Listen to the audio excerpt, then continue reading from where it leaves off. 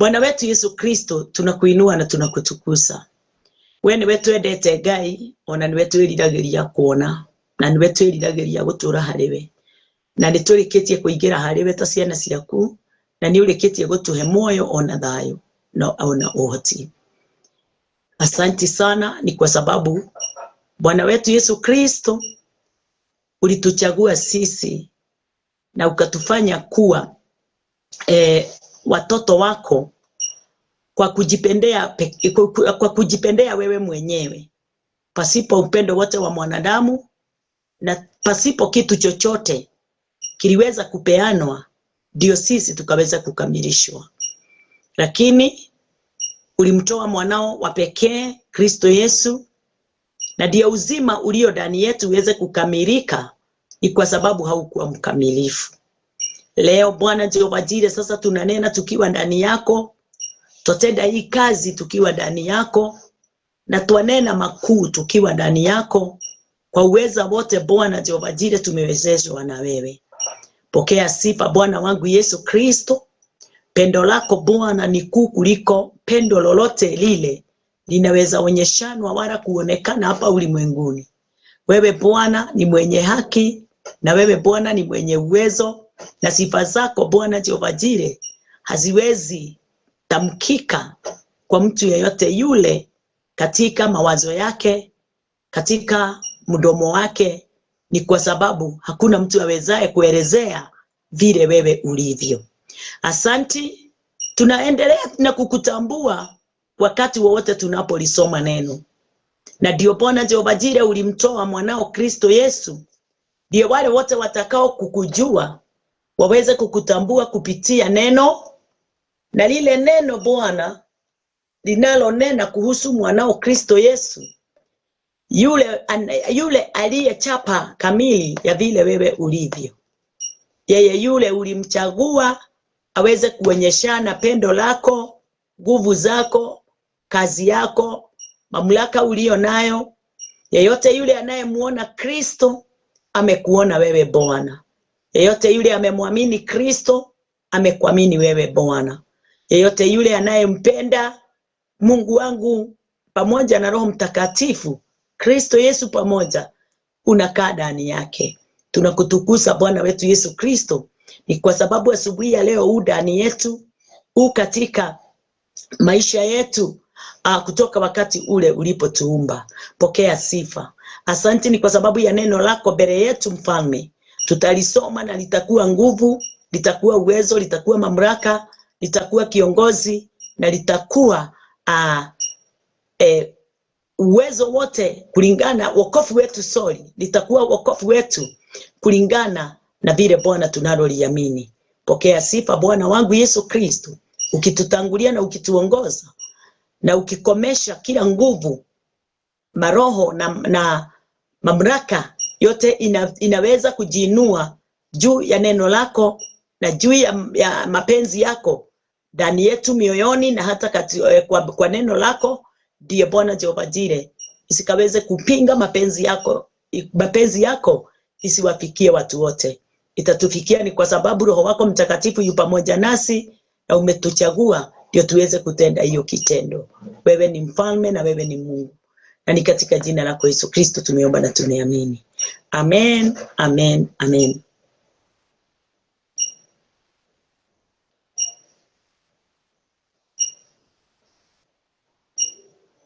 Nimefurahi sana kwa kulisikia hiyo wimbo, lakini najua Mkaba amefurahi, yote yule amesikia na yule atasikia, sababu yeye amesikia kila kitu.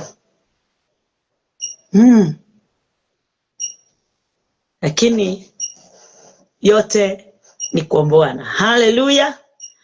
Asubuhi ya leo sasa nataka tuingie katika neno, na ninajua lile neno tutakalo lisoma litaweza kutubariki kwa zile dakika siko mbele yetu. tutaweza kubarikiwa, tutaweza kutiwa nguvu. Najua wakati mwingine tunakuanga hatuna nguvu, wakati mwingine mtu nasikia sauti yetu iko sawa kabisa. Iko sawa kabisa, sikuwa nimeangalia sauti, lakini nimeangalia na nikasikia kabisa sauti yetu iko gangari kabisa, na kwa upendo wake Yesu Kristo sisi tumeokolewa. Haleluya. Na tumeingia katika neema ile Bwana alikuwa ametuwekea. Sisi tungekuwa kama wanyama. Tungekuwa kama wanyama, na unajua wanyama wakati wote mtu anavyo yani wakati mwanadamu na mtu waliumbwa mwanzo, na jua naelewa vizuri sana, tuliumbwa kama wanyama. Tulikuwa kama wanyama kwa sababu hatukuwa tunaelewa ama kutambua njia ya kujiondoa katika nafasi ile ya kukaa na kufanana na mnyama. Lakini wakati ule Kristo Yesu alipokuja katika ulimwengu, wakati ule Adam and Eve waliletwa ulimwenguni, walikuwa wanahitajika waweze kutufanya sisi na wanyama tuweze kuwa na tofauti. Lakini shida iko hapa, Adam and Eve hawakutimiza yale yalihitajika, ndio mwanadamu yeyote yule akizaliwa azaliwe akiwa mkamilifu. Lakini shinda ikanja, wakati walikosea, mwanadamu alikaa tu katika nafasi yake ya kuwa katika mfano wa mnyama. Hatukuwa tumepokea ile nguvu, ule uwezo wa kufanana na Mungu.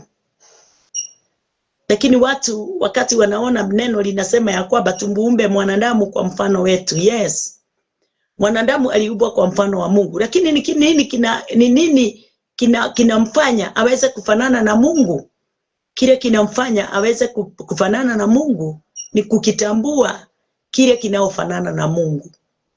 Na kile kinaofanana na Mungu ni Spirit, Holy Spirit. Yule mwanadamu anafaa kumpokea baada ya kuumbika katika ulimwengu kama miti ama kama wanyama. Tofauti yetu na wanyama na miti ni wakati ule tumetambua wokovu wa Kristo. Lakini mtu yeyote yule hajafika katika kutambua jambo hilo, yeye mfano wake ni kama mnyama, mfano wake ni kama simba, ni kama paka, ni kama hippopotamus, ni kama samaki, ni kama chochote kile kiko katika ulimwengu na kinakuwa, kinaonekana kama kiko na uhai, kiko na uzima, lakini si uzima utokao katika Kristo. Sababu mwanadamu alikuwa akamilike. Adam and Eve walikuwa wakamilike wakati ule waliambiwa wakule miti ile yote iko ndani ya shamba la Edeni, lakini mti wa ujuzi wa mema na mabaya wasikaweze kukula. Hiyo ndio ilikuwa kipimo cha kuwapima na kuwakamilisha. Kwa sababu kama hawangekula huo mti, wangekula mti wa uzima na wangekula miti ile ingine ilikuwa shambani. Ule mti ulikuwa, Mungu alikuwa anataka Adam and Eve wakule, ni mti wa uzima. Na ni kuonyesha kwamba Mungu anampenda mwanadamu sana. Mungu anampenda mwanadamu kamili, kikamilifu. Na ndiye anamuelekeza vizuri sana. Huu mti ni mti chochote niliumba katika shamba la Edeni ni kizuri, lakini huu mti nimeuchagua, msiutumie, hii wachaneni nayo, lakini hii ingine yote kuleni. Nilikuwa ninaona mama yangu wakati alikuwa ananilea, wakati nilikuwa mdogo, kuna vyombo zile alikuwa anaweka pembeni, yani anaziwetafutia mahali, na anatuambia kwamba kama watoto, na hizi vyombo msiguze. Hizi nitakuwa nikitoa wakati wowote nimepata wageni wale mashuhuri, na si mgeni wowote alikuwa anatolewa hizo. So wakati kama huu nataka kusema nini? Naye Mungu hakusema huo mti ni mbaya. Ile kitu alifanya, alisema usile huu mti wa ujuzi wa mema na mabaya, kwa sababu siku ile mtakao kula huo mti mtakufa hakika, utakufa hakika. Kwa hivyo Mungu hakuambia ni mbaya, lakini aliutenga. Kuna mambo hata sisi tunayoyatenga katika maisha yetu ya rohoni, na tunayatenga kwa sababu Mungu alitangulia kuyatenga. Hatuyatengi kwa sababu sisi tunajua madhara yake, lakini tuyatenga kwa sababu ilitengwa. Mungu akamwambia Adam and Eve, aliambia Adam, sio Eve, ukikula huu mti wa ujuzi wa mema na mabaya kwa hakika utakufa. Kwa hivyo ni Mungu aliutenga huo mti, na ndiye alikuwa ameuita ile jina. Bwana asifiwe. Lakini hakusema ya kwamba huo mti ni mbaya, but aliutenga. Sababu ni gani kusema hivyo? Wakati alipomaliza kuumba kila kitu, alisema ya kwamba na vyote akaona ni sawa, ni nzuri, na kazi yake yote akaona iko salama. Akapenda kazi yake. Bwana asifiwe. Kwa hivyo hakuna kitu chochote kile Mungu alipoumba katika Genesis 1 and 2 kilikuwa kibaya. Plus mwanadamu aliona kila kitu kikiwa jema, salama, kizuri. Haleluya, Bwana asifiwe. Nashukuru Bwana sana asubuhi ya leo, kwa sababu Mungu alimpeana mwanaye wa pekee ndio anje katika ulimwengu. Na wakati ule alikuwa anaambia Adam usile mti wa ujuzi wa mema na mabaya, alikuwa introduce Adam kwa mti wa uzima. Na mti wa uzima ule ulikuwa umepandwa katika shamba la Edeni. Ule mti wa uzima ulikuwa Christ. Bwana asifiwe. Na Mungu alikuwa anataka, mawazo ya Mungu na kupenda kwa Mungu kulikuwa ya kwamba aweze kutambua, atambue vyema, aelewe vyema, Adam aelewe vyema mapenzi ya Mungu. Na Mungu kuangalia kama Adam anaweza fuata uongozi wake, anaweza elewa yale Mungu anapenda na yale Mungu hapendi. Kwa sababu Adam alikuwa anajitawala katika shamba la Edeni, alikuwa amepewa utawala. Lakini nilikuja kujua hata wakati mtu anaona kama utawala wote amepewa, mtu anafaa kujua hata kama utawala wote umepewa, kuna mambo fulani katika utawala tu ule haufai kutumia. Haufai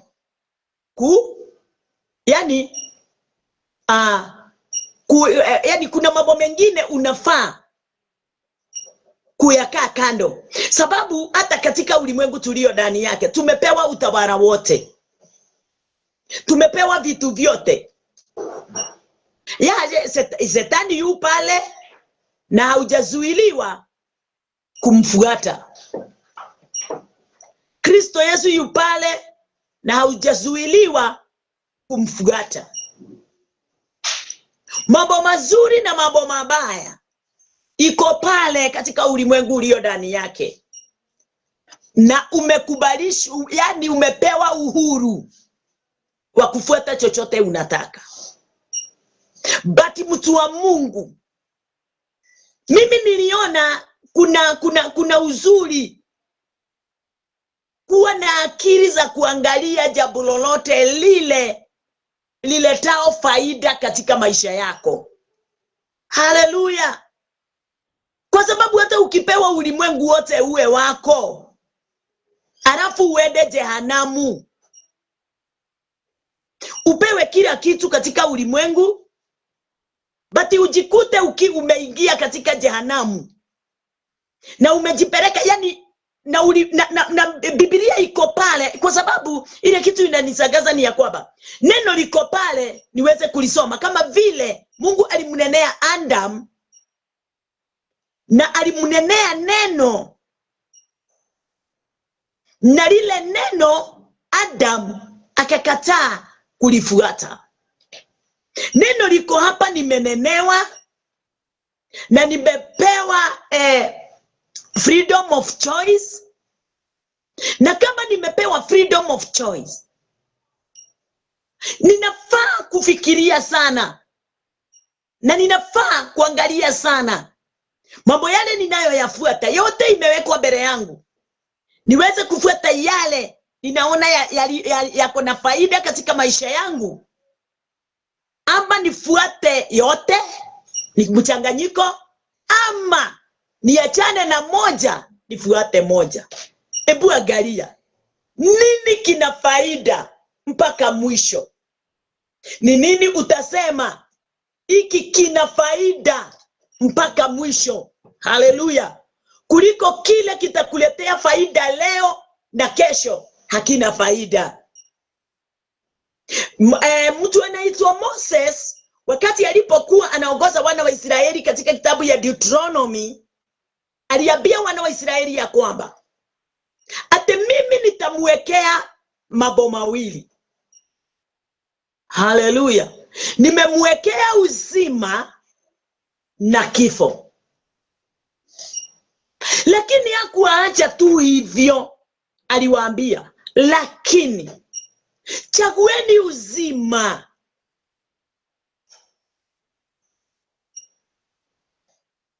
Aliwawekea uzima na mauti, lakini akawaambia chagueni uzima. Zote wamewekewa huru. Kwa hivyo hata kama tumepewa freedom of choice, kutumia akili, umepewa akili kwa sababu ya kulisoma neno, linakupa hekima ya kutambua na kuwa na uchaguzi ule unaofaa kuchagua. Mungu hajakuacha tu yatima. Mungu hajakuacha kuwa mtu mwenye hana uongozi maishani mwake. Yes. Na ndio unaona siku ya leo mwanamke anaolewa, unakuta ako na bwana, alafu anatamani kuwa na mwingine wa kando na uko nje.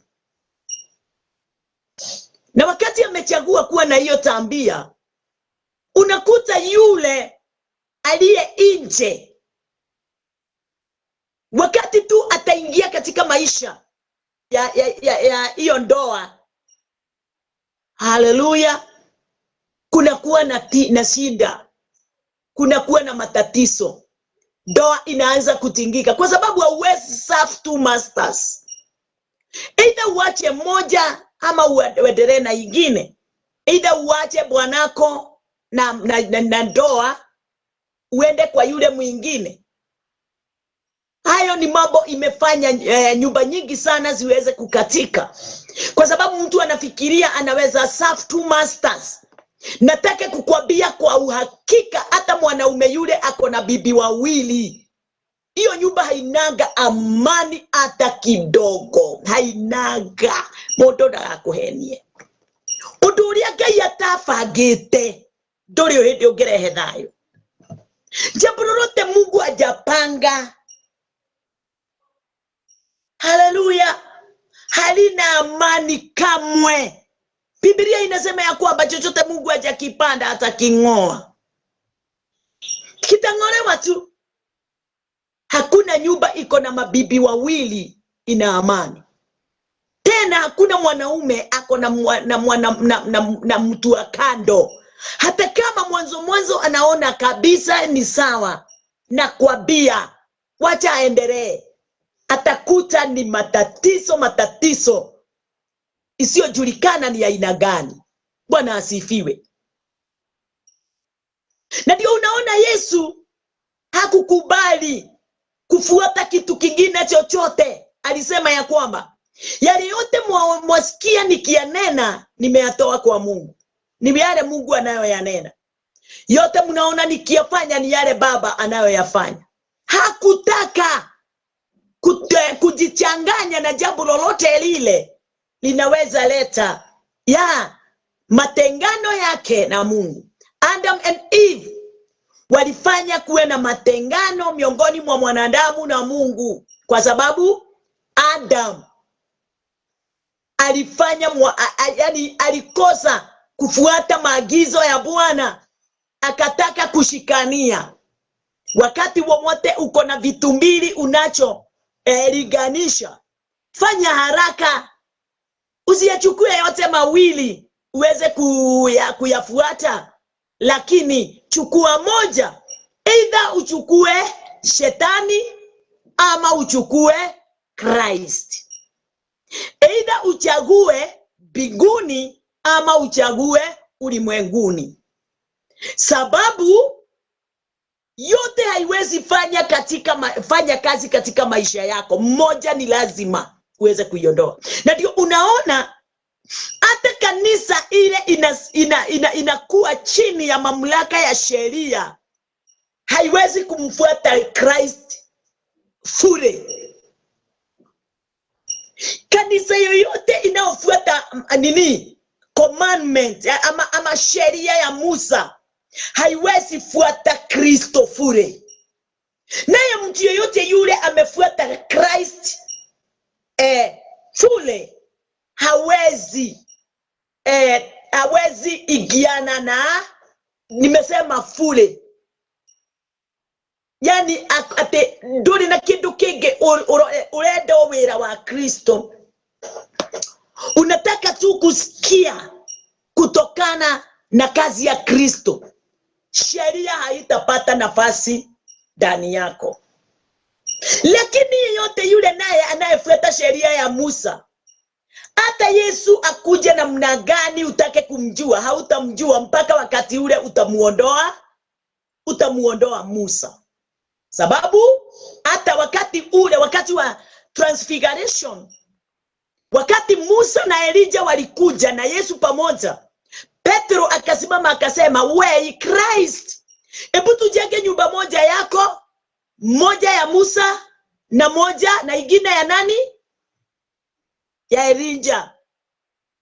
Kufumba na kufumbua tu kwa jicho, Elijah na Moses walivubua macho wakawakosa. Kwa nini? Kwa sababu Mungu hataki kazi yake ya mwanae Kristo Yesu ichanganywe na kitu kingine chochote. Na sauti ikasikika kutoka mbinguni ikisema, huyu ndiye mwanangu yule ninayependa, msikizeni. Kwa hivyo mitume walipewa Christ waweze kumsikia, waweze kuwa yeye tu ndiye kiongozi wao, yeye tu ndiye mnenaji wao, mwalimu wao, haleluya, pastor wao.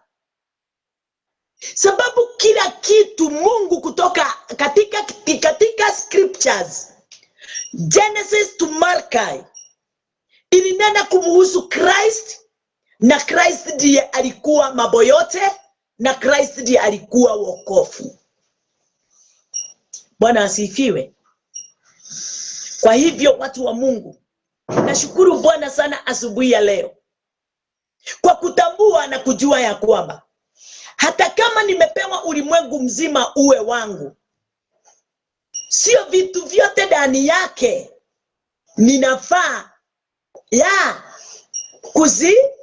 sio vyote ninafaa kuzifuata.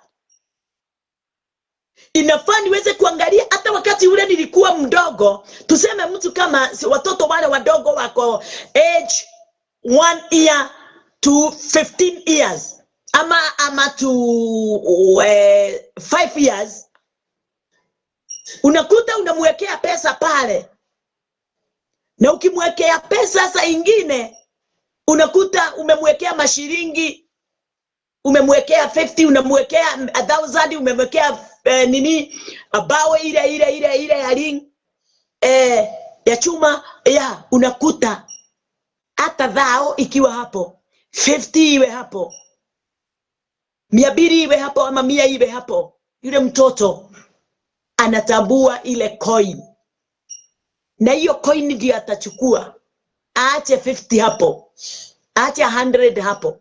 Yule mtoto ukimpatia 100 umwambie enda ukanunue kile unataka, atakuja na only sweets ama biscuits, sababu amefikisha elimu yake hapo. Haleluya. Lakini kutoka hapo kuendelea unakuta anaenda akierefuka. Sasa achukui bao, anachukua 50. Ameanza kutambua 50 iko chini ya 100, kwa hivyo nitachukua 100. Ulimwengu ule alikuwa anaona umotosheresha katika uduni wake.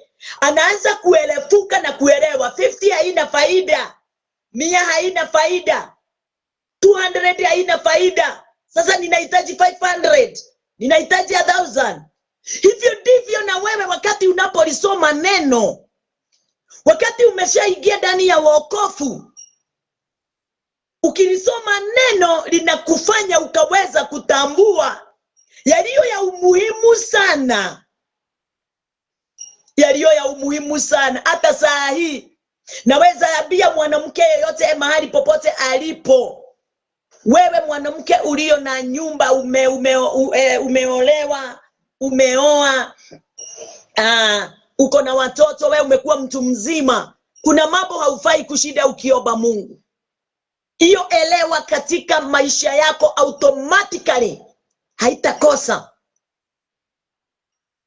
Yeah, things like food.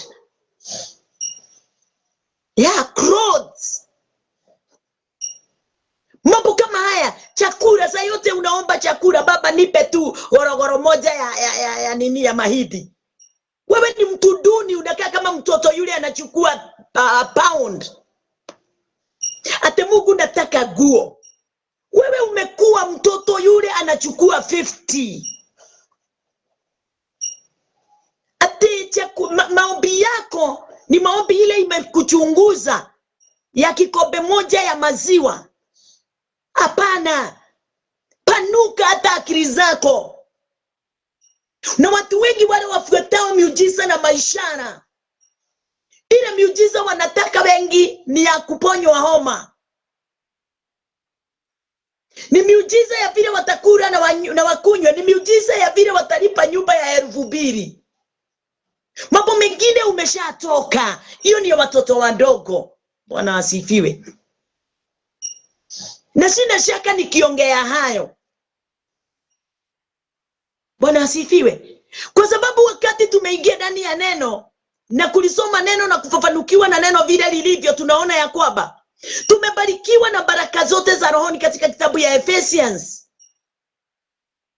Tena Biblia inatuambia kwamba sisi ni wahanja kuliko ndege wa angani.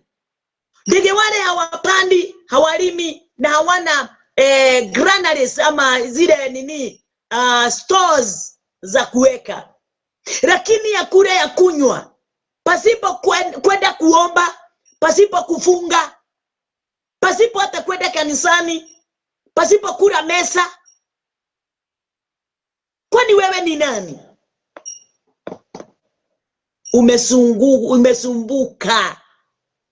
Umesumbuka ukitafuta utosherefu. Ni kama utosherefu ni uko Amerika, ni kama utosherefu uko yani haujitambui na hauelewi, kwa sababu haulisomi neno ukatambua kwa nini neno limeandikwa. Bwana asifiwe. Ningetaka tuweze kusoma neno pamoja. katika kitabu moja, katika kitabu ya tugie pamoja nawe katika Biblia tuweze kusoma katika kitabu ya Matthew 1. Matthew 1, hii mstari unanifurahisha sana. Matthew 1:21. Matthew 1:21 inasema ya kwamba "At she shall bring forth a son, and thou shalt call his name Jesus, for he shall save his people from their sins." Bwana asifiwe. Ati naye atamzaa mwana, nawe utamuita jina lake Yesu, maana yeye ndiye atakaye waokoa watu wake na dhambi zao. Nilifurahi wakati ule niliweza kutambua ya kwamba msamaha wa dhambi hautokani na mimi. Na nilikuja kutambua msamaha wa dhambi hautokani na mimi wakati ule nilikuwa nimejisumbua katika maisha yangu sana. Nilikuwa ninaomba na nilikuwa ninakaa kidogo kama sijaomba naona ninakosea. Hukumu ilikuwa saa yote inalia ndani ya moyo wangu. Nilikuwa ninatoka kwa hii kanisa ninaenda kwa ingine. Nilikuwa ninakibisana na mishara na miujiza. Nilikuwa ninakibia mahali popote watu walikuwa wanaenda kubatizwa. Kwa sababu hata ubatizo wangu wa kwanza nikiwa kanisa hizi za dini. Hata wakati nilipobatizwa katika ile mto mkubwa, mimi nilibatizwa mto unaitwa Irate. Na madhio ya si unaona hali zimeshikania. Na wakati ule nilibatizwa mimi hiyo ilikuwa kawaida, sababu hatukuwa tunajua kitu kingine. Tulikuwa tunajua ya kwamba kubatizwa yes. Na ukibatizwa sasa umekuwa na jina lingine la Kiingereza. Na batu tulikuwa tumefundishwa na njia moja ya kwamba umekaribia Mungu. Umekaribia Mungu na umehitimu katika hiyo stage. Ni kama korua tu kwa mwanaume. Sasa sikuwa ninajua maana ya ubatizo ni nini. Na ukweli nikisema hata wale walikuwa wanatubatiza hawakuwa wanajua maana ya ubatizo. Haleluya. Kutoka hapo sasa nikaingia katika youth.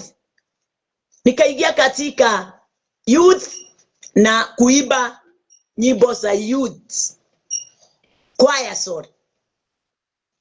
Hiyo nayo nikahitimu. Nikawa muibaji. Na tukawa tunapita malales na nini na nini. Mawazo yangu ilikuwa inaniambia kama vile ninavyoimba, kama vile nimebatizwa, nilikuwa nimesema ile kerera tunasemanga, mtu anasema unajisemea kama muda wa miezi 6 alafu unabatizwa. Sasa nilikuwa nimebakisha kukula mesa kwa sababu huko kwetu hakukuwa watoto wanakula mesa. Sasa hiyo ilikuwa inakuliwa na watu wazima. Sasa nilikuwa nimebakisha sasa niwe mtu mzima kama wakati nitaolewa ndio nitakula mesa. Kwa hivyo kwetu ilikuwa hivi. But wacha nikwambie, Mungu ni mwema na ni mwaminifu na ni mkamilifu. Wakati ule na tena na unajua makanisa ile yana huko nyuma haikuwa ina kitu hiyo inaitwa wokovu, to be saved. Lakini ilikuwa salvation haikuwa inaendelea kama vile siku ya leo inavyoendelea. So wewe ukihitimu hizo zote stages, wewe sasa umekaribia Mungu, hata kama uko tu na dhambi. Hata kama umefitimu hayo yote, dhambi unayo usiku na mchana. Na tulikuwa tunasomewa mambo mengi inatuonyesha ya kwamba mwenye dhambi hata ingia katika uzima wa milele. Kwa hivyo kila siku wakati tunapoenda Sunday school, wakati tulipokuwa tunaenda hizo makwaya na kanisa ya watu wazima, tulikuwa tunatubu every time. Tukijaribu kufanya nini? kujiokoa na ile hukumu, tukijaribu kuosa our conscience, ndio tuache kusikia hukumu hiyo iko ndani ya mioyo yetu, ya dhambi ya jana, dhambi ya asubuhi, dhambi ya makasiriko, dhambi ya kukanyanga, dhambi ya kujibu vibaya, dhambi ya kila aina, na kwenda na vijana na huko tabia baya. Tulikuwa katika nafasi hiyo tukitubu. Mama yangu alikuwa anatubu na mimi natubu, na mimi ni mtoto. Kwa hivyo sisi wote tulikuwa katika class moja. Wakati wote tukienda kuomba, nasikia baba yangu anatubu, mama yangu anatubu, na mimi natubu. Tukaendelea hivyo. Kube si mapenzi ya Mungu kukaa katika kutubizwa, sababu hakuna mtu awezaye kujifanya kuwa safi. Kufanyika kuwa safi ni kufanywa. Tulikuwa tunafanywa, ni kufanywa. Sio sisi tunajifanya, ni kufanywa. Tulikuwa tufanywe. Haleluya, Bwana asifiwe. Na ndio hili neno tumelisoma linasema ya kwamba naye atazaa mwana, nawe utamuita jina lake Yesu, maana yeye ndiye atakaye waokoa watu wake na dhambi zao. Kwa hivyo hakuna mtu hapa ulimwenguni angeweza kujiombea aweze kujiokoa na dhambi zake, na hakuna mtu tena angeweza kutubu wala kusimama mbele ya pasta wake aombewe wokovu aweze kukamilika katika ule wokovu, sababu inasemekana ya kwamba yeye yule atakayezaliwa na yule mwanamke anayeitwa Mariam, yeye ndiye aliyekuwa anagojewa ndiye aweze kutenda watu wote, kupeleka watu wote katika usafi wa mioyo. Sio usafi wa juu, sio usafi wa kunena na midomo ate nimetubu Baba, nimetubu hii, nimetubu ile, nimetubu haya.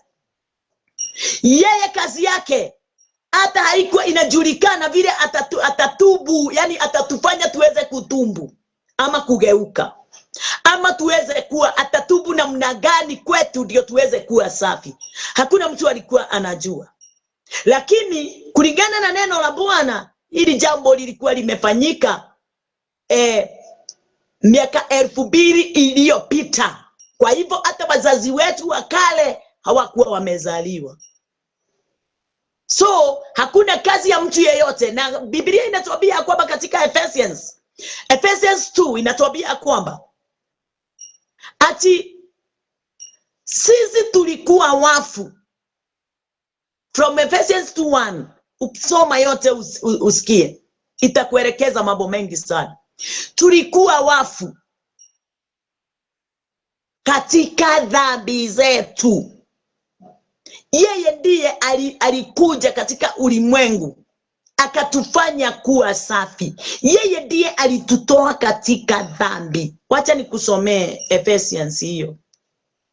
Hiyo Ephesians 2 inasema ya kwamba, Ephesians 2:1 inasema, and you had quickened who are dead in trespasses and sins. Ninyi mlikuwa wafu kwa sababu ya makosa na dhambi zenu. Tulikuwa wafu. Hatukuwa wakamilifu.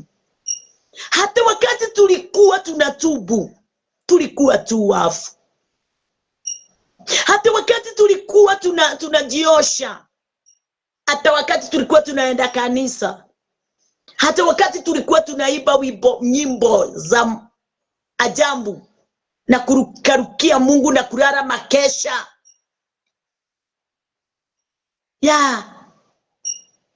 na kukula meza na kufanya mambo mengine mengi, tulikuwa tu wafu kulingana na neno. Mpaka wakati ule Christ Jesus alipofunuliwa katika moyo wako. Mpaka wa leo kuna wazazi wako na 90, 100 years, 120, lakini ni wafu tu. Ni wafu tu sababu hawajafunukiwa na kazi ya Kristo Yesu. ile alipokuja ulimwenguni kuifanya. Ni wafu tu. Haleluya. Na ndio nilikuwa ninakwambia kwamba katika huo mstari wa pili inasema, where in time past you walked according to the course of this world, according to the spirit that now worketh in the children of obedience. Ati abaso mliziendea zamani kwa kuifuata kawaida ya ulimwengu huu. Watu wengi wanafuata kawaida ya ulimwengu huu na wajui ule ukawaida.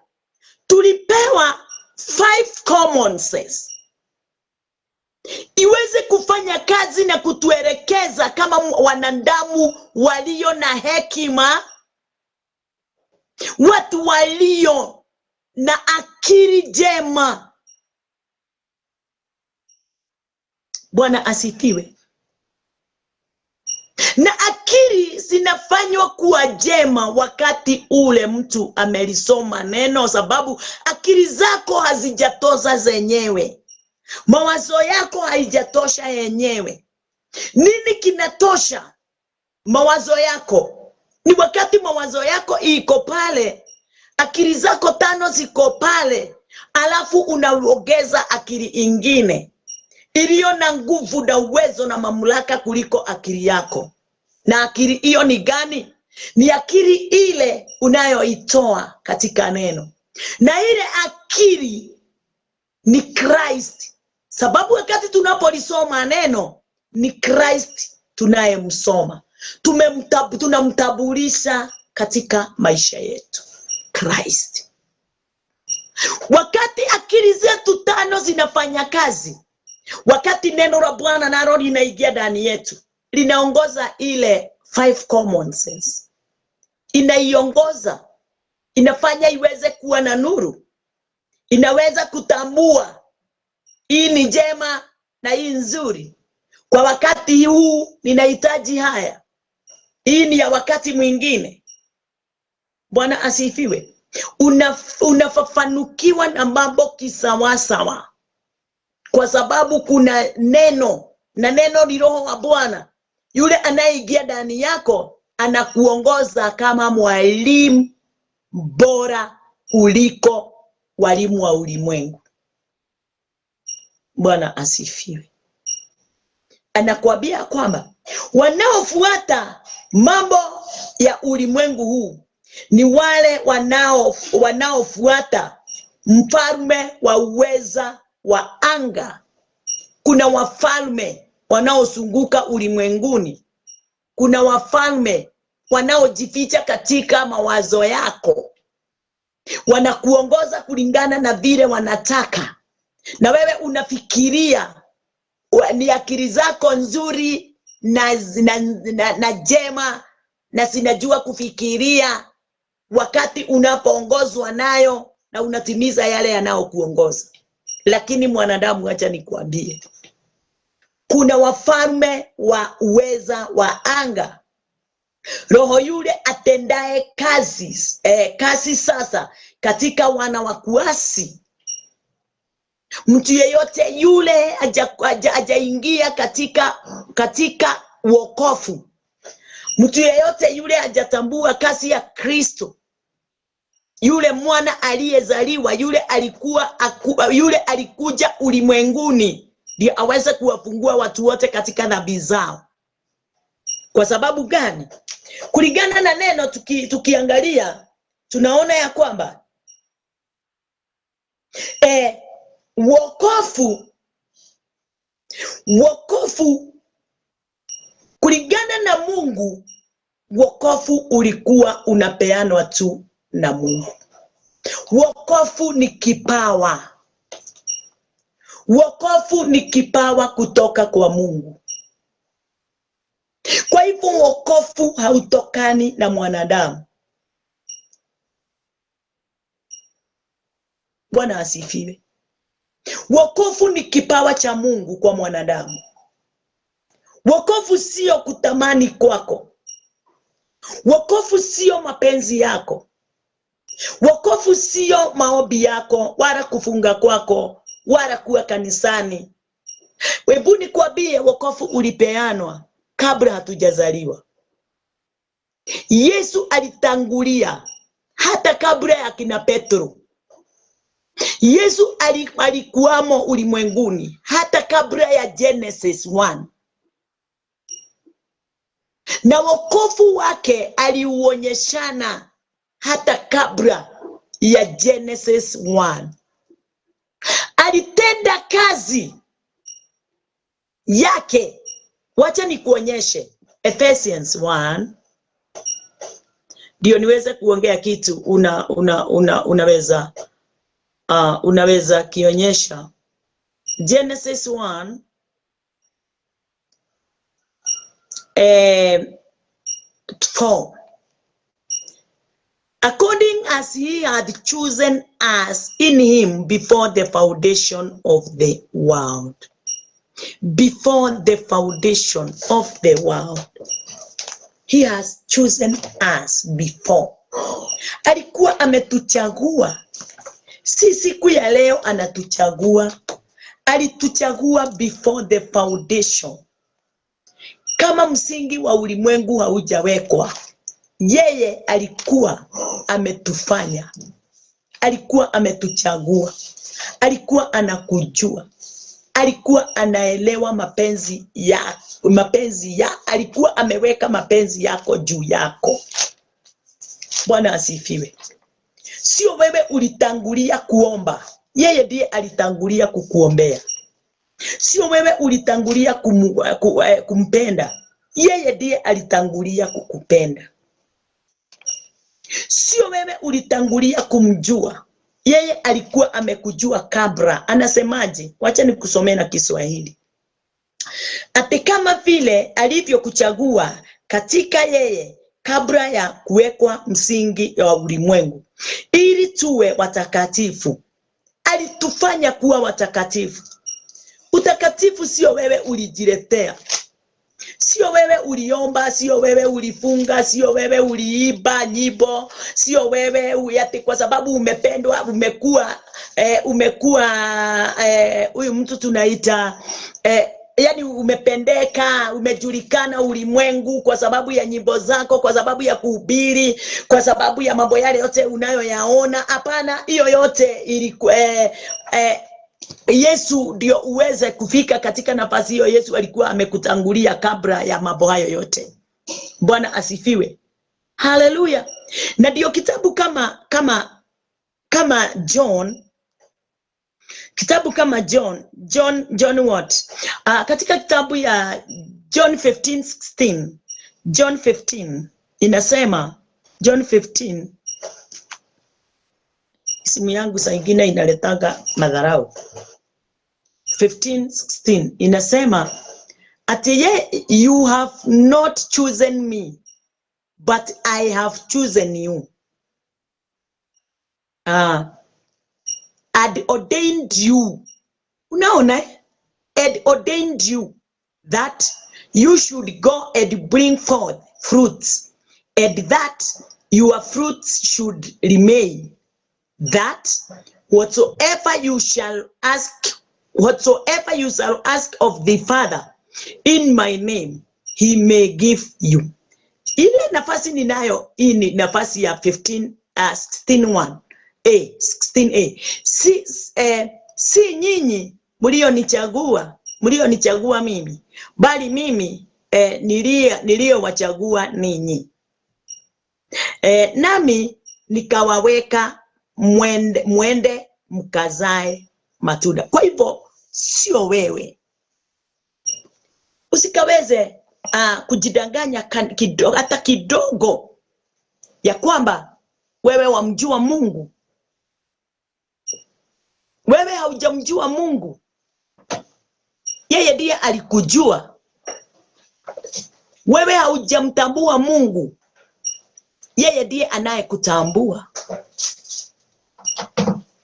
Sio wewe ulijua maisha yako vile itakavyoishi. Yeye ndiye ameweka maisha yako vile utakavyoishi. Bwana asifiwe. Sio wewe utajiokoa ama ulijiokoa. Yeye alikuokoa kabla ya msingi wa ulimwengu kuwekwa. Sio wewe uliomba ate ukafunga ama ukatenda kitendo chochote kile ndio uweze kukamilika mbele zake. Yeye ndiye alikufanya. Wakati nilipokuwa ninasoma, nikausoma mstari wa Ephesians 2:10. Ephesians 2:10. Nikaona ya kwamba Ephesians 2 mstari wa 10 inasema, for we are his workmanship, created in Christ. We are created in Christ Jesus, unto good works, which God had before ordained that we should walk in him. Bwana asifiwe. Kiswahili inakwambia maana tu kazi yake. Watu wanafikiria wao ndio wanatenda kazi ndio mwaweze kufika katika nafasi ya Ukristo. Wengine wanafikiria wakati wanapoomba sana ndio Kristo anakuja. Hapana, sio wewe ulitangulia, ni yeye. Sio yeye, sio wewe yani eti anasema maana tu kazi yake. Tuliumbwa katika Kristo Yesu. Tuliumbwa katika yeye. Sio yeye ameumbwa kwetu. Na ndio unaona watu wanamchezea sana wakisema Yesu ni kehea Mariamu. Sababu hawatambui, hawasomi neno na wanasema wanajua neno. Na hawezi wakaliza chini, ni watu wajuanji. Ni watu wapumbavu, foolish. Foolish people. Watu wasio na akili ya kuelewa na kutambua. Wanafaa walisome neno ndio walitambue vyema. Wanafaa walisome neno ndio wakiongea wawe wanaongea wakiwa na usaindi. Sasa wanaongeaga kwa sababu walisikia mwingine alisema hivi. Neno linatuambia kwamba maana tu kazi yake, sisi ni kazi yake. Yeye ndiye alituumba kabla ya msingi wa ulimwengu kuwekwa. Tena akatubariki na baraka zote za rohoni. Tukabarikiwa, tukainuliwa, tukapewa uwezo wa kufanyika kuwa wana wa Mungu. Tulikuwa wenye dhambi, hata tumesoma tukaona tulikuwa wafu. Lakini kupitia yeye alituzaa ndani yake. Alituzaa ndani yake. Alituumba ndani yake. Ndio sisi wote tuweze kuhesabiwa kuwa haki. Na ndio sisi wote wakati tutakapomwamini tuweze kuwa na mazao mema na mazao mengi. Katika hiyo tu Ephesians nikaangalia mstari wa Ephesians 5. Ephesians 5 mstari wa 27. Nikaona 27, at that he might present it to himself a glorious church, not having spot or wrinkle or any such thing, but that it should be holy and without blemish. Yeyote yule amezaliwa ndani ya Kristo, created in Christ Jesus, huyo mtu ndiye hana without blemish, sorry. Hallelujah, Bwana asifiwe. Na yeye anafika kuwa kanisa ulio na glory. Kiswahili inatuambia kanisa tukufu. Yeyote yule ameamini na ameelewa, amelisoma neno, akatambua kile kimefichwa ndani yake, Huyo ndiye anakuwa kanisa takatifu lisilo na ila wala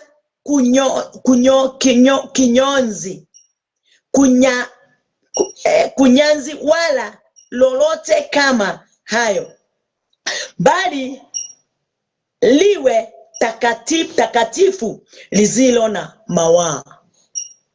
Kanisa lisio na blemish. Kanisa limesimama. Mtu aliye na tabia kama ya yule amemzaa, ya yule aliyemuumba. Haya yote yanafanyika wakati tunapolisoma neno, kuliamini, kulitambua na kuliamini. Haiwezekani mtu wa Mungu tena ukaweze kulitambua lile neno ukiwa mwenyewe. Na ndio unasikia watu wengi wakisema, mimi nasomanga Biblia gani? Nilikuthomanga we. Nilikuthomanga na nduri wauma thiini wa sheria ya Musa. Nilikuthomanga na nduri wamenya sheria ya Musa yaririe iguru ria Kristo. Unasoma sheria gani? Na wewe uko tu katika nafasi ya kung'ang'ana kutimiza sheria. Haujatambua hiyo sheria na manabii walinena kumuhusu Christ Jesus, wakashuhudia yeye. Wewe sasa unafikiria sheria ilinena juu ya sheria, Musa alinena juu ya sheria. You are wrong. From Genesis to Malachi ilinena kuhusu kifo cha Yesu, kuzikwa kwa Yesu na kufufuka kwa Yesu.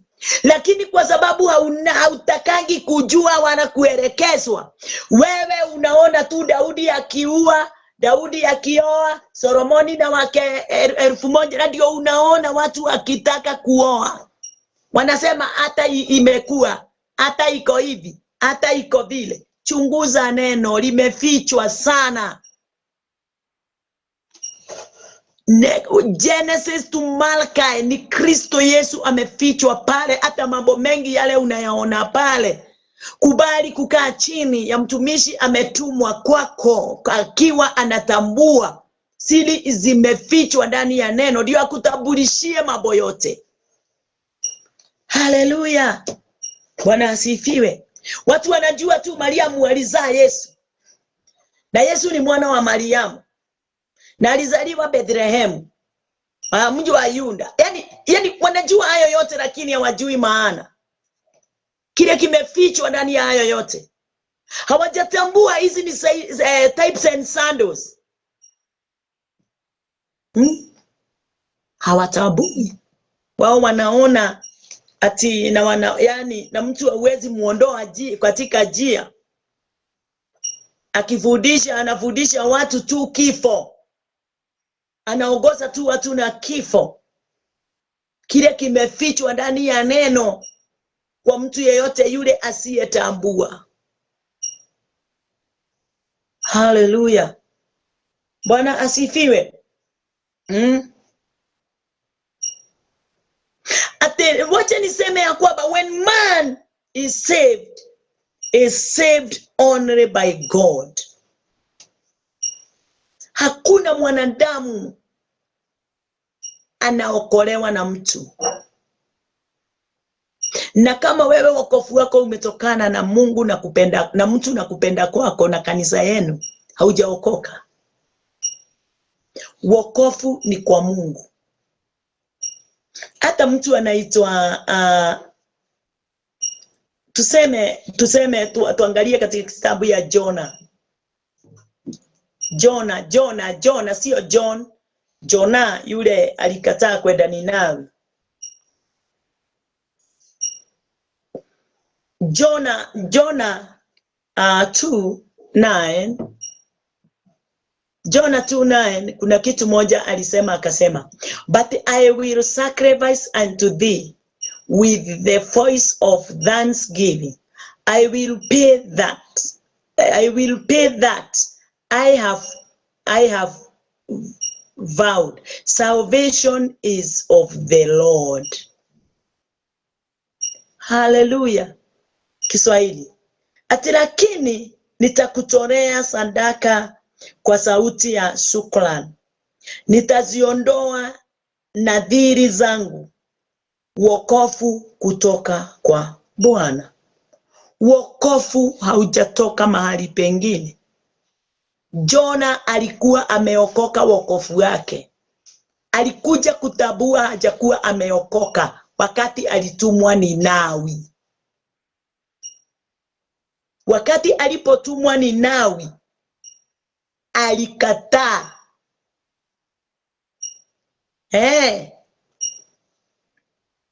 Wakati alipokuwa anajiona na kutazama Mungu, alikuwa hajaelewa maandiko.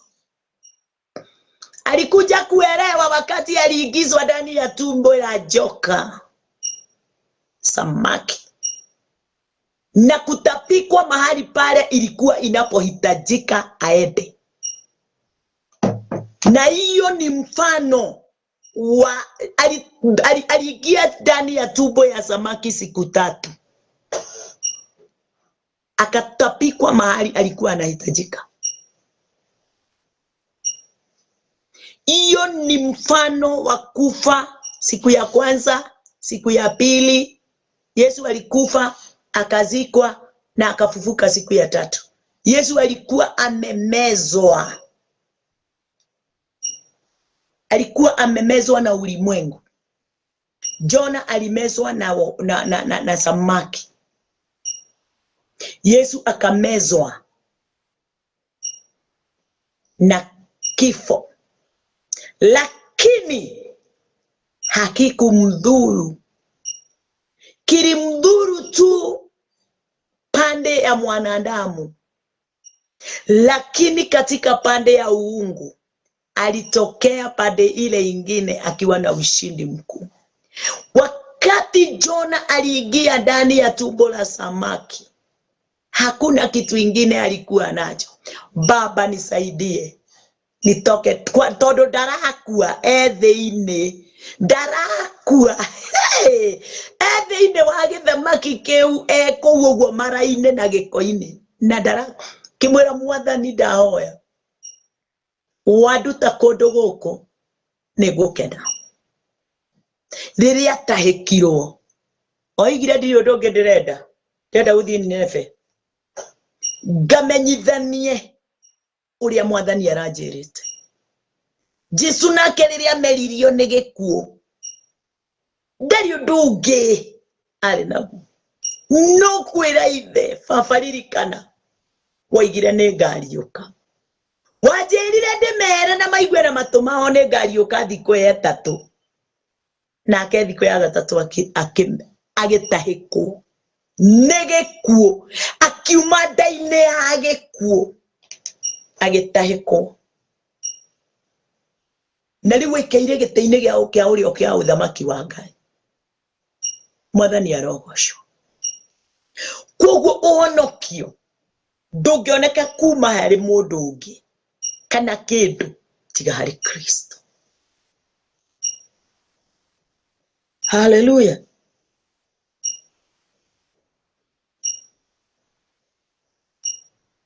Kama mwanadamu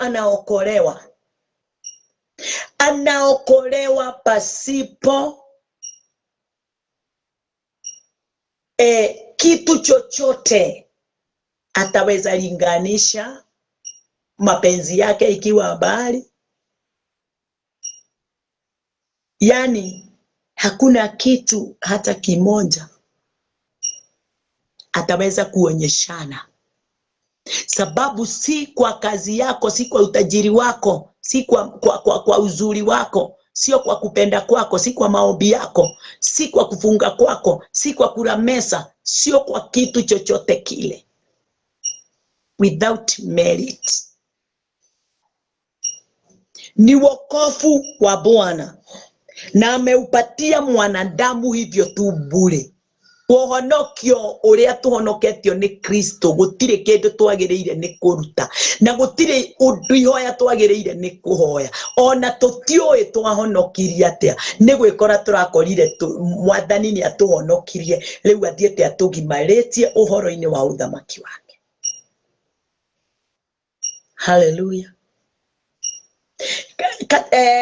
Katika kitabu ya Colossians watu wale wameokolewa wakati sasa mtu amejua na ametambua nimeokolewa ndani ya Kristo. Bwana asifiwe. Ate mimi nimeokolewa ndani ya Kristo, nimeokoka. Katika kitabu ya Colossians inasema ya kwa basi Colossians 2 inasema ndani ya kitabu ya Colossians 2 neno ni lazima watu wasome. Neno sio kubebereswa. Colossians 2:6 mstari huo unasema, and you have therefore received Christ Jesus the Lord, so walk ye in him.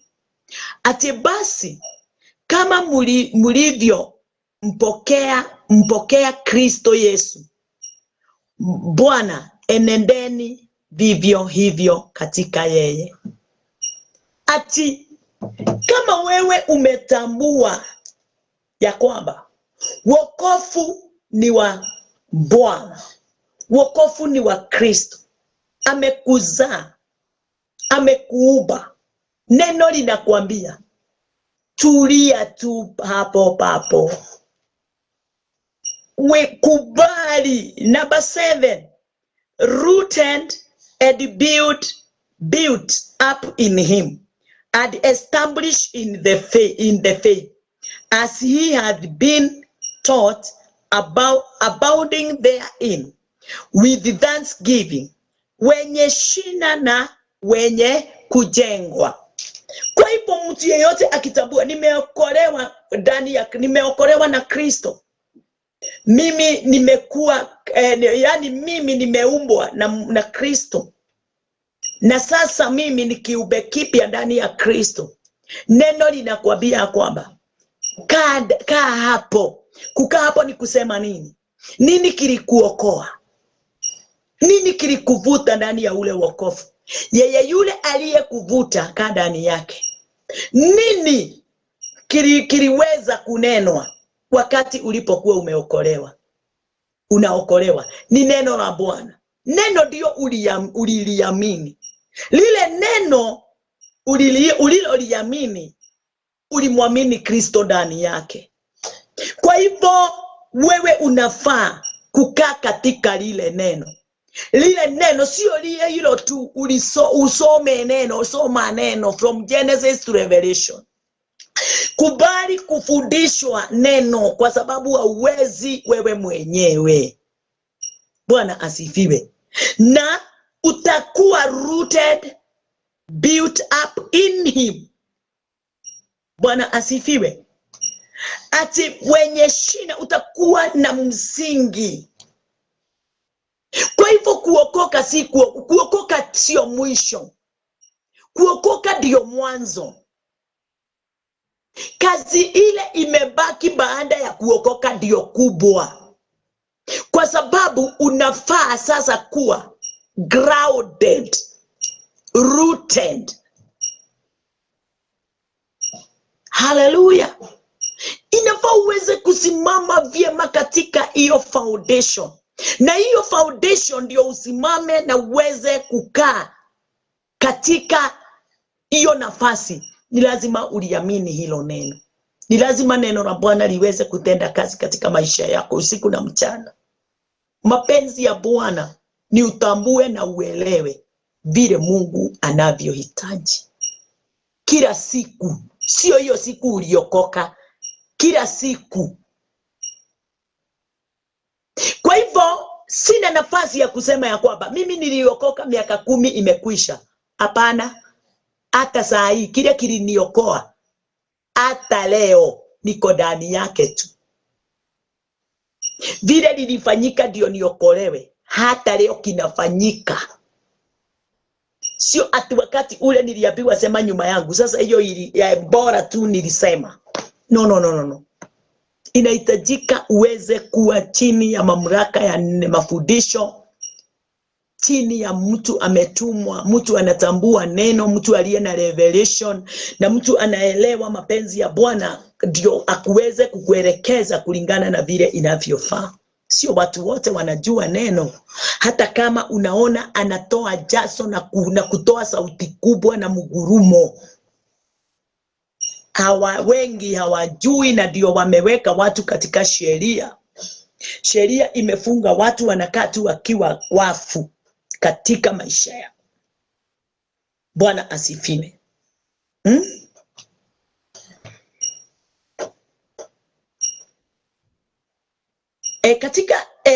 Kwa hivyo jambo moja niliendelea na kutambua matime yangu ikiwa inaendelea tu kukwisha. Nilijua wokovu ni kama vile wakati ule ninapotaka kuhubiri, saa nyingine ninapeana theme ya kile ninaohubiri, theme ama topic. Wakati ninayoipenda, yani wakati nimeokoka nimepata topic. Hiyo ni topic katika wokovu wangu. Ni scripture. Kwa hivyo scriptures sinafaa kuwa katika maisha yangu. Neno la Bwana, scriptures, Genesis to Malachi, ninafaa kuwa kila wakati, kila saa, kila dakika ninatambua na ninaelewa vile inavyo nena, ndio liweze kuwa msaada katika maisha yangu na liweze kuniongoza katika maisha yangu siku zote. Bwana asifiwe. Kwa hivyo wakati wowote, kwa sababu nikumaliza ninasema ya kwamba wakati wowote ninasema nimeokolewa, sijaokolewa kwa sababu mimi nimejitahidi. Sio kazi yangu.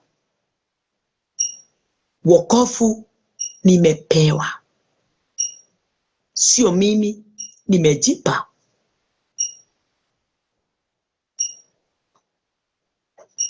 Bwana asifiwe. Na tena hakuna wokovu wa mwanaume, hakuna wokovu wa mwanamke. Wokovu ni mmoja. Wokovu ni mmoja. Na yule anaokoa ni yule tumesoma katika kitabu ya Matthew 1. Hallelujah 21. Yeye tu ndiye mwokozi wa mwanamke, mwokozi wa mwanaume, mwokozi wa kijana, mwokozi wa mtoto. Kazi yake ni moja. Na mahali pale wakati ametuokoa tunaenda ni mahali pamoja. Na ile kazi anataka tufanye ni kazi moja, sio kazi mbili. Ni kazi ya mwanaume na kazi ya mwanamke. Tabia hii ingine yote mnatuona nayo, hii ni ya mwanamke, hii ni ya mwanaume, hiyo ni tabia ya ulimwengu. Haleluya. Hiyo ni tabia ya ulimwengu. Yesu akasema vile mnasikia nikiongea ndio Baba anaongea. Vile mnaona ninafanya ndio ni vile Baba anafanya. Yeye ndiye amenituma. Kwa hivyo Christ and God is one. Haya mengine yote mnaona imetugawanyisha mwanamke mwanaume ni ya ulimwengu. Na ulimwengu saa yote unataka kujinua. Ulimwengu saa yote unataka kutuondoa katika kufuata mapenzi ya Mungu. Inataka tuweze kujifuata.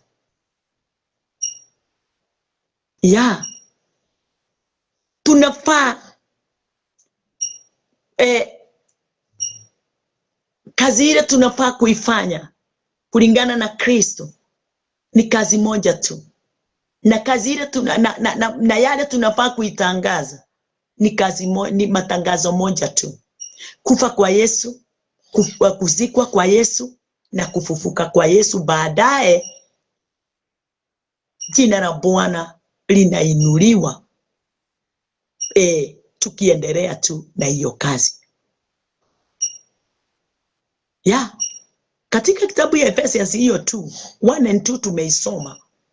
Mwanadamu alikuwa amekufa. We are dead in sin. Lakini wakati ule Christ Jesus alipokuja, aliweza kutoa, aliweza kutoa wokovu wake kamili. Na wakati alipoutoa, yule mwanadamu alikuwa amekufa, akapokea uzima, akakuwa akaokolewa, akatolewa katika kifo, akawa revived. Hallelujah, Bwana asifiwe. Kwa hivyo tulikuwa dead spiritually, sio kimwili, ni katika hali ya spirit. Tulikuwa tumekufa kabisa. Na mtu amekufa, kuna kitu kimoja mimi nilikuja kutambua.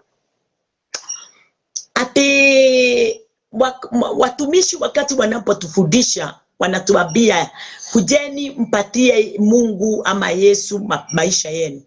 Mwanadamu akiwa hajaokoka hana uzima wowote. Hakuna kitu sisi tunaweza kumpa Mungu, sababu neno limetuambia tulikuwa dead in sin. Kama hatukuwa dead, ni kuonyesha ya kwamba tulishakuwa tumefufuliwa. Lakini wakati kazi ya Kristo Yesu alipofanya kazi yake katika hiyo Ephesians 2:1 and 2, ni kuonyesha ya kwamba hakuna kitu tunaweza mpa Yesu, hakuna kitu tunaweza mpa Mungu, sababu chochote tulicho nacho kimekufa. Sisi tulikuwa wafu. Hallelujah. Hakuna, nothing to contribute. Hakuna kitu tunaweza toa kwa Bwana. Hallelujah, Bwana asifiwe. Kwa hivyo wokovu ni 100% kutoka kwa Mungu. Kama vile tulikuwa 100% ulimwengu dead, 100% dead. Wakati Christ alikuja, alitufanya kuwa 100% spiritual. Kwa hivyo wokovu ndio ukuje katika maisha yetu, ulikuja 100% kutoka kwa Mungu. Na hapo ndipo neno linasema ya kwamba mtu ameokolewa na Kristo Yesu, hakuna mtu awezaye kumhesabia kuwa mwenye dhambi, sababu tayari sio huyo mtu amejifanyia hiyo kazi, amefanyiwa. Na yule amemfanyia hakuja kubahatisha, ila alikuja kumtoa. Hakuja kufunika, alikuja kufunua na kuondoa. Alikuja achukue hiyo kitu kilikuwa kinakufanya kuwa mfu na akiondoe katika maisha yetu. Tukafanyika kuwa 100% spirit. Bwana asifiwe. Kwa hivyo wakati kama huu ninapoongea, nashukuru Bwana sana kwa sababu ninayanena yale nimeyasoma ndani ya maandiko, nimefafanuliwa na wale Mungu aliyewatuma katika maisha yetu sisi katika ulimwengu. Hakuna mtu hajatumiwa mtu, na sio wote. Wengi wamejituma na wengine wametumwa na wapasta wao. Wanakuja tu kutuambia mambo ya sheria ya Musa, na hawatufafanulii hiyo sheria inasema nini. Sheria imefichwa Christ ndani yake. Watufafanulie kila mstari tuone Kristo. Na hiyo ndio ile kazi Kristo alikuja kufanya, kuonyeshana kazi ya baba yake kumpitia yeye ndani ya neno. Kwa hivyo tusidanganyike na tusidanganye. Na ndio mnaona watu wanaokoka wakirudi nyuma. Watu wanaokoka wakirudi nyuma. Sababu hawajaokoka wokovu kamili wa Kristo. Wameokoka wakati wokovu wa watu. Na kitu chochote kimepandwa na mwanadamu kitang'olewa. Lakini chochote Mungu amekipanda kitakuwa cha eternity. Kwa hivyo nimeshukuru sana watu wa Mungu kunisikiliza na hata kuandamana pamoja nami, na mtarudi hata kusikiliza baadaye. Wacheni neema ya Bwana izidi na izidi na izidi kuonekana katika maisha yenu. Wakati mnapowafundisha mkubalike. Wakati mnapofanya kazi zenu siweze kumpa faida. Disemba kama hii tumeingia ndani yake iweze kukuveva. Bwana asifiwe. Uwe na veva ndani yake. Na chochote unachokihitaji kiweze kupatikana. Ni uwezo wa Bwana umetufikisha mahali tumefika, na ni kwa neema yake sisi twaiba wimbo mpya. Wacheni tuombe. Bwana wetu Yesu Kristo, tunakuinua na tunakutukuza. Umejaa neema na utukufu. Wewe ni mwenye fadhili zote na mwenye utukufu wote. Pokea sifa Bwana wetu Yesu Kristo, ni kwa sababu ya utukufu wako. Tunanena ukweli ule Bwana Jehova Jireh usiopingwa kamwe, sababu hakuna kitu kinaweza pinga kasi ya Kristo. Yale mengine tulikuwa tunayajua beleni yalipingwa na ikaweza na tukahukumika sana katika maisha yetu, kwa sababu tulikuwa tunafikiria tuko ndani. Kumbe tulikuwa nje. Mapenzi yako haikuwa inafanyika ndani yetu. Nashukuru Bwana Baba yangu, wewe Mungu wangu, siku ya leo ni kwa sababu uliniondolea hukumu yote ile ilikuwa ndani yangu 100%. Sasa umeweka neema yako ndani yangu 100%, ikafunika hukumu yote na ikaondoa hukumu yote ile ilikuwa ndani yangu. Pokea sifa. Tukiendelea kesho, Baba wetu, tutaendelea tu na kukuinua na kukutangaza kwa utukufu na nguvu na mamlaka yale yatokao kwako. Asanti, ni kwa sababu ni neno lako linanena utukufu na ushindi. Katika jina lako Yesu Kristo tumeomba na tumeamini. Amen, amen, amen.